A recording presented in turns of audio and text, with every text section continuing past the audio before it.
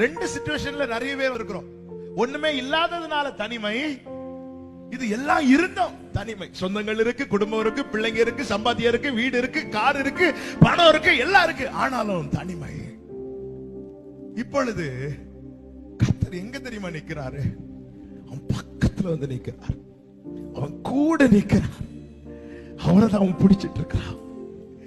யாக்கோபு பாக்குறா, ஆண்டவரே நான் தனிமையில் தனியா இருந்த போது மேல இருந்து கைடு பண்ணீங்க, இப்போ எனக்கு ஒரு வேதனை, நான் கண்ணீர் விடும் போது மேல இருந்து எப்பப்பா நீங்க இறங்கி வந்தீங்க, மேல இருந்து எப்பப்பா நீங்க இறங்கி வந்தீங்க, நான் உங்களை தேடல, நான் நினைச்ச பெத்தேல்ல மட்டும்தான் நீங்க இருப்பீங்க, இப்பதான் அறிந்து கொண்டேன் நான் எங்கெல்லாம் இருக்கிறேனோ அங்க நீங்க இருக்கிறீங்க ஆண்டவரே.